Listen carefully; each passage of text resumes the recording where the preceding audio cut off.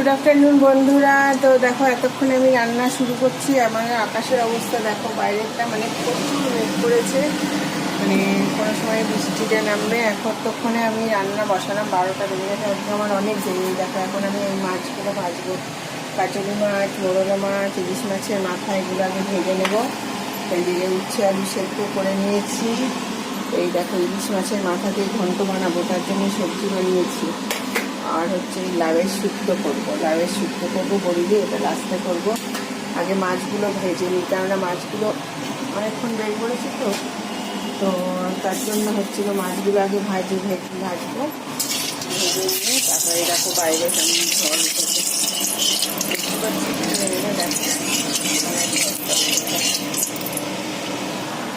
তো আগে সেই জন্য মাছ ভেজে নেব। এই দেখো মাছের মধ্যে একটু নুন দিয়ে দিলাম তেলের মধ্যে। তাহলে কী হয় তোমার,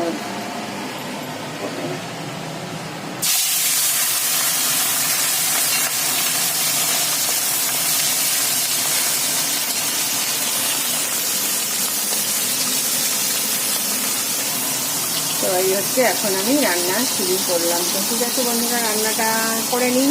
তো তোমরাও আমার সাথে থাকো, তোমরাও তোমাদের রান্না এনজয় করো। তো ওকে, বাই।